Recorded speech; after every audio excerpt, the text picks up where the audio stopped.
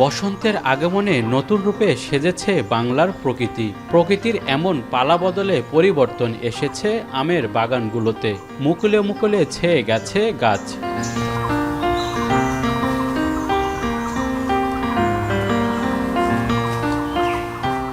স্বাদের কারণে নাটোরে আমের সুখ্যাতি রয়েছে দেশ জুড়ে।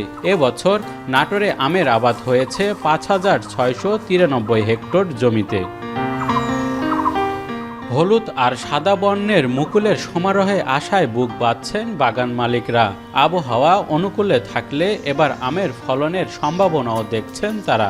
যে পরিমাণ মুকুল আসছে আমের গাছে, তাতে যদি আগামী ১০-১৫ দিন কোনো বৃষ্টি বা কোনো ধরনের দুর্যোগ না আসে, সেক্ষেত্রে আমরা ভালো ফল পাবো, ভালো আম পাবো আশা করছি। এবারের আবহাওয়া এবং যে পরিবেশ আর মুকুল যে পরিমাণে আসছে, তাতে আমরা আশা করছি ফলন বেশ ভালো হবে।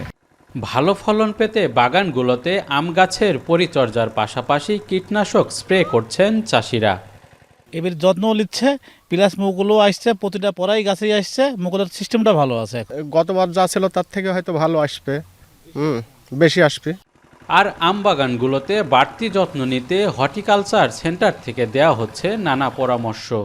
ভালো কোম্পানির ইমিডাক্লোপ্রিড গ্রুপের ওষুধ, কীটনাশক, ম্যানকোজেব এবং সোলুবোরন 3 বার স্টেপ বাই স্টেপ স্প্রে করতে বলি। এখন পর্যন্ত আবহাওয়া খুবই অনুকূলে আছে এবং আমরা আশা করছি যে এবছর আমাদের যে লক্ষ্যমাত্রা তার চেয়ে বেশি উৎপাদন হবে।